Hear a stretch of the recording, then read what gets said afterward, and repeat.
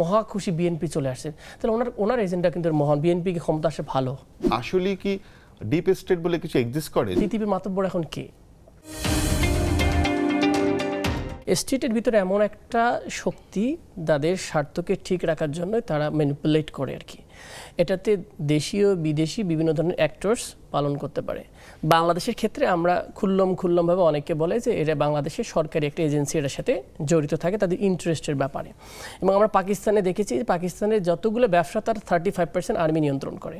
এবং অনেক কিছু পাকিস্তান রাষ্ট্রের মেইন ডিসিশন কিন্তু স্টিল দেখেন যে কোনো ডেমোক্রেটিক হয় না, বিকজ অফ তাদের একটা এজেন্সির এখানে একটা অবস্থান রয়েছে। আমার কাছে কোয়েশ্চেন হলো যে এটার সাথে বাহিরের কিছু এক্সিস্ট পাওয়ার থাকে যারা এটাকে নিয়ন্ত্রণ করার চেষ্টা করা হয়। আমরা দেখি কিছুদিন পর পরে আমাদের দেশের বিভিন্ন নেতাকর্মীরা, বিভিন্ন এজেন্সির লোকজন বা বিভিন্ন বাহিনীরা বিভিন্ন দেশে ট্রেনিংয়ে যায়, তারপর তাদের সাথে একটা কমিউনিকেশন হয়। তো সেগুলো আস্তে আস্তে তাদের একটা ইন্টারেস্ট থাকে, রিজনাল ইন্টারেস্ট। সাপোজ ধরলাম যে উনি বললো যে বার্মা অ্যাক্টের মাধ্যমে একটা পলিসি, তো বেসিক্যালি এটা যদি আরও রুটে যায় পলিটিক্সে, বাংলাদেশ পৃথিবীর কিছু মাতব্বর থাকে। তো পৃথিবীর মাতব্বর এখন কে? 90-এর পরে একক আমেরিকা, 90-এর আগে ছিল বায়োপোলার, ছিল দুইজন ছিল।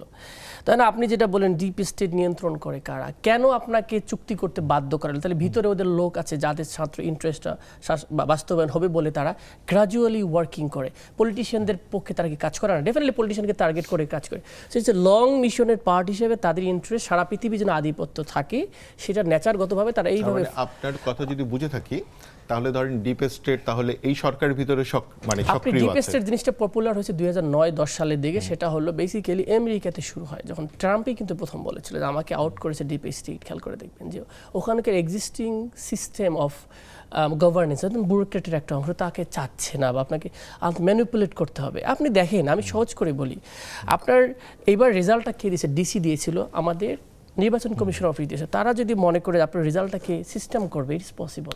মহা খুশি বিএনপি চলে আসছে, তাহলে ওনার এজেন্ডা কিন্তু মহান, বিএনপিকে ক্ষমতা আসে ভালো। খেয়াল করেন, তাহলে উনি যদি আরেকজন স্বচ্ছভাবে আমি জিতি, উনি এটাকে চাবেন। উনি রুল অফ লয়ের কথা বললো, তো আমি জিতলে খারাপ, কারণ আমি মৌলবাদী হতেও পারি। ওনার দৃষ্টিকোণ ইডিওলজিক্যালি উনি বায়াসড।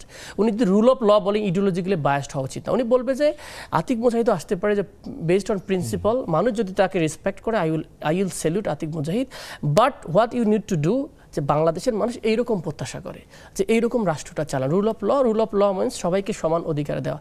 আপনি পাকিস্তান প্রীতি, ইন্ডিয়ান প্রীতি, I don't know what is this. আমি একটা জিনিস বুঝলাম না, আমাদের পলিসি হবে বাংলাদেশের রাষ্ট্রের স্বার্থের জন্য যাকে দরকার তাকে নিব। আমি হচ্ছি ইন্টারেস্ট বেসড পলিটিক্স করতে বলেছি। আমি বলি politics is basically interest based. আমার রাষ্ট্র যদি কোনো জায়গায় স্বার্থ থাকে, আপনি টিকার কথা আসতেছেন, তো টিকা বাংলাদেশ কার কাছ থেকে আনে আমাকে বলেন? সবগুলো ইন্ডিয়ার কাছ থেকে আনে। $300 মিলিয়ন ইন্ডিয়া থেকে সবগুলো টিকা আনা হয়, আমের টিকা। তাহলে আপনি যদি বলেন কথায় কথা পাকিস্তান, দ্যাটস রং অ্যাপ্রোচ। আমি পাকিস্তান অ্যাপ্রোচও না, ইন্ডিয়ান অ্যাপ্রোচও না, approach is Bangladesh first approach. Bangladesh first approach, বাংলাদেশের স্বার্থে আমাকে বিজনেস করতে হবে ইন্টারন্যাশনাল ভিড়ে। পাকিস্তানের সাথে যুদ্ধ হয়েছে, that's another aspect. Historically we have the division, but আমার রাষ্ট্রের যখন স্বার্থ দরকার হবে, কোনো কিছু দরকার, আমার যার কাছ থেকে পাওয়া দরকার, আমাকে সেটা আদায় করে নিতে হবে।